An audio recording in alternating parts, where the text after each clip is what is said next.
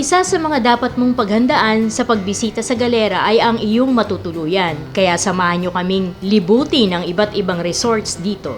Una nating puntahan ay ang magandang resort na matatagpuan sa poblasyon, ang Puerto Nirvana Beach Resort.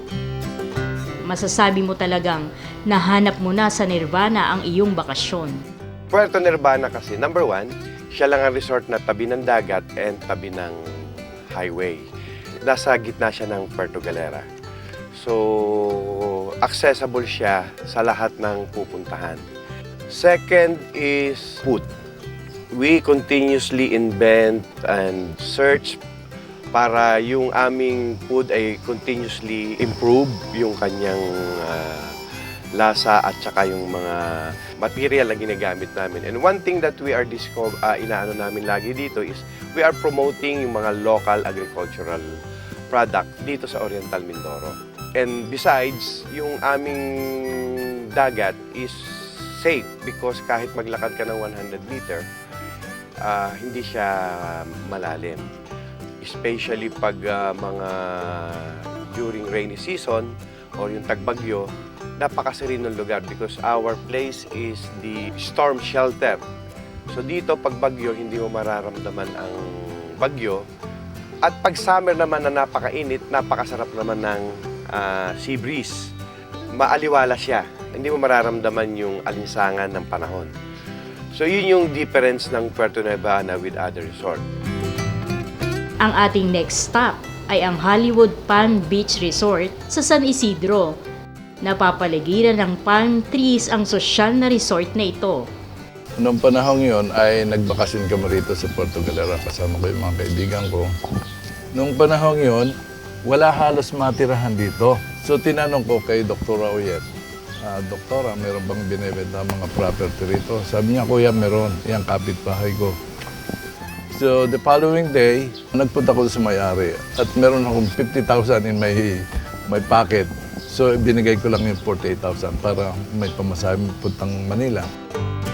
Noong mga panahon yun, yung mga politiko na pumupunta sa Amerika, ang sinasabi nila sa akin, pumunta ka sa sariling bayan, mag-invest ka para sa ganun, makatulong ka sa mga kaibigan nating mahihirap sa inyong bayan, kung taga-san kayo. So nag-decide ako na gawin ko yung mga advice nila. Sabi nga, marami ang nag-abroad, pero hindi sila nakapag-invest ng katulad ko. Umaapaw naman ang kaligayahan at ginhawa sa Infinity Resort na matatagpuan sa Barangay Talipanan. Sobrang komportable, elegante at high-class ang resort na ito. We have your souvenir shop where you could buy all items, souvenir items. And then this is our concierge section. We normally entertain here yung mga clients who want to have tour, inland tour. And then this is our very nice kitchen showcase. They're free to watch the chef preparing the food. This is our fine dining restaurant and at the same time our coffee shop.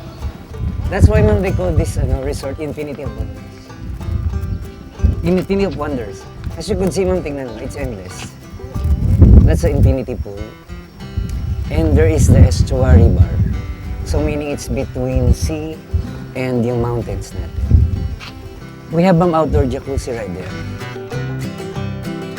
Maaari rin magre-relax sa Apartel de Francesca na matatagpuan sa White Beach sa San Isidro.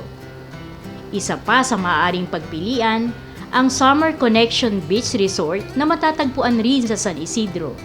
Pwede po mag-snorkeling, island hopping. Tumatanggap din po kami ng mga team building, company events, at saka mga wedding events. Kung gusto po nyo, dumalo po kayo dito sa Summer Connection. Para sa light travelers na naghahanap ng kakaibang matutuluyan, pwede nyong subukan ang Coco Aroma Resto Bar and Cottages. We have several cottages here done in the traditional Filipino style. And we also have a bar which serves a variety of cocktails. I'd like to invite you to come and visit us. And please contact us at 0916-616-7337 and 0919-472-3333. 8882. And you can also visit our website. It's cocoaroma.whitebeach.com. And we're looking forward to seeing you guys here to have more fun in Coco Aroma and have more fun in Puerto Galera.